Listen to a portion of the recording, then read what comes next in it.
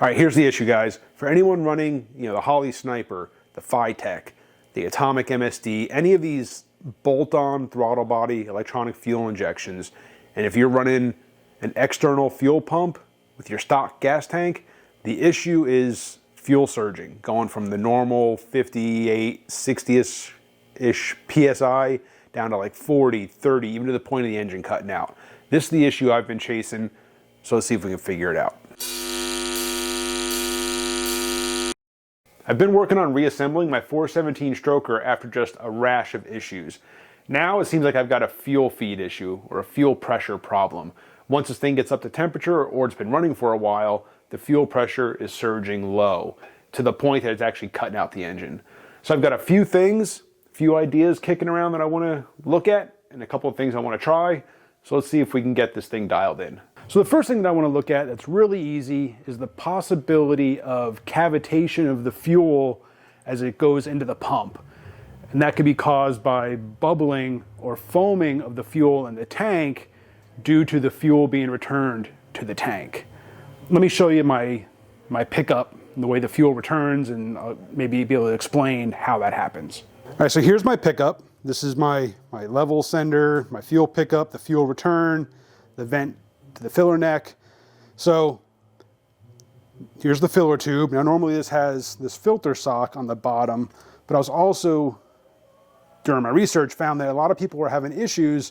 If you have a filter sock on and then you have a filter before your pump, it could actually be too much filtration, that it actually can cause too much of a obstruction, and that's the word, and that can cause issues with your pump or your fuel pressure. So I'm going to leave that off. But my fuel return, which comes in here, normally this line stops like right there, and then it has to drop that far to the fuel below, especially if you're getting, in a low fuel. As that fuel returns, comes down and falls in the tank, causes a bunch of bubbling and foaming, and then it's right by your pickup. So your pickup picks up that foamy gas, feeds it to the pump, and that can cause fuel pressure problems.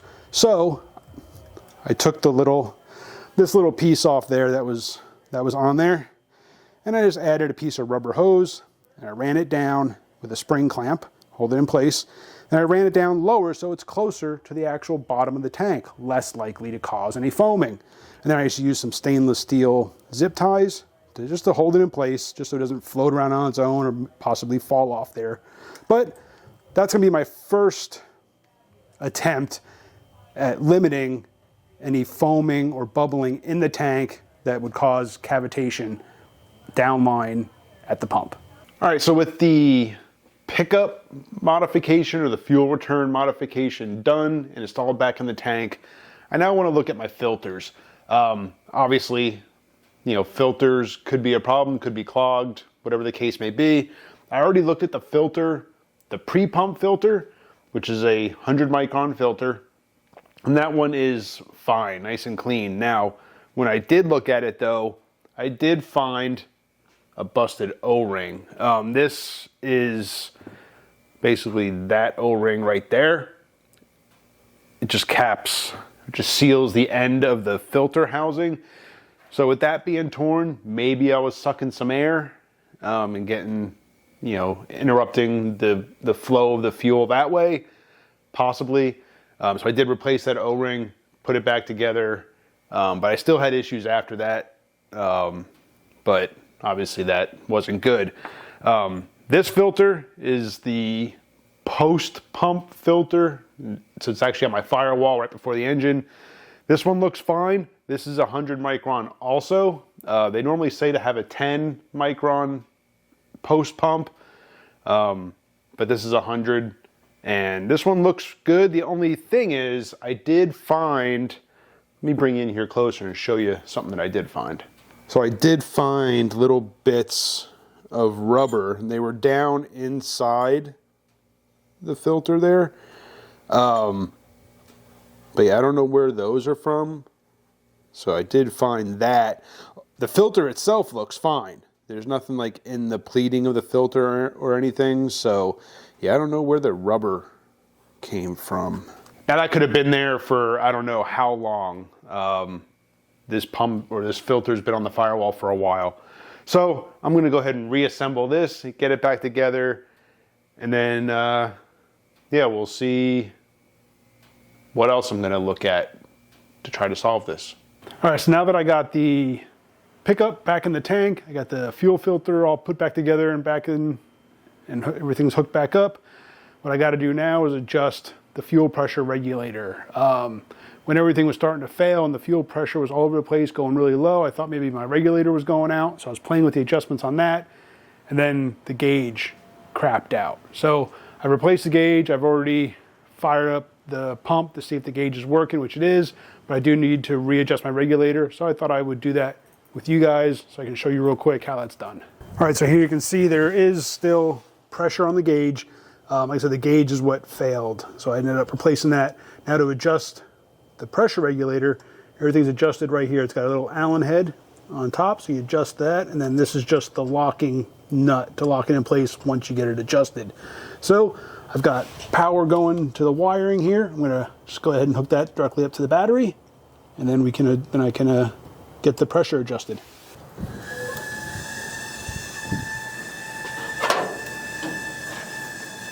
All right, so hopefully you can hear the pump running. So you can see there it's at like 40. So I'm going to turn the adjustment up until I'm at about 60. That blue wire coiled up there is because I'm going to eventually run an internal fuel pump gauge into the cab. So that's what I ran that wire. All right, so that's at 60 there. So that's what this wire is for. But I think if I buy an electric gauge, it comes with its own wiring. So I think I probably ran this for nothing. But now I need to hold that in place while I tighten that down.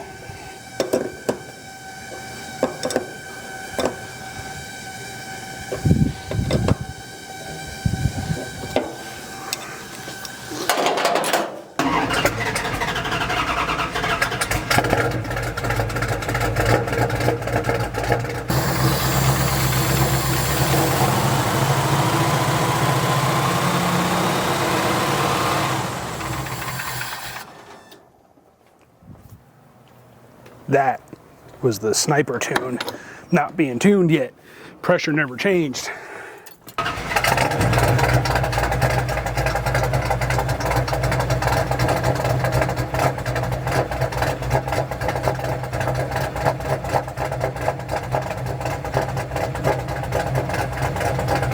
right, let this thing warm up. All right, so after my test drive, things are still not working. So, first start the truck up, runs fine.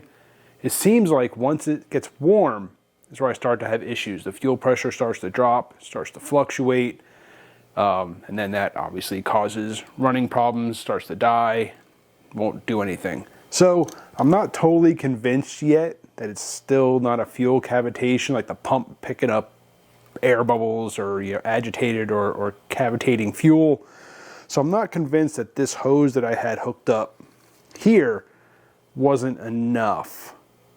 I think it wasn't enough.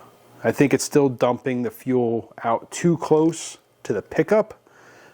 So I'm gonna take that off. I took a piece of hard fuel line.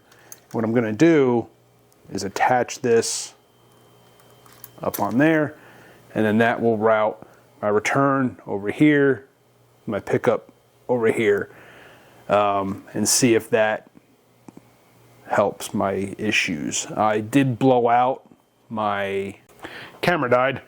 So as I was saying, like I said, I'm gonna put this, I'm not sure where that cut off at. So this is gonna be my new return, dumping fuel back into the tank here, with the pickup over here. Hopefully that'll help reduce the cavitation. I blew out my return lines, blew out my feed lines again, just making sure there's no obstructions in the lines.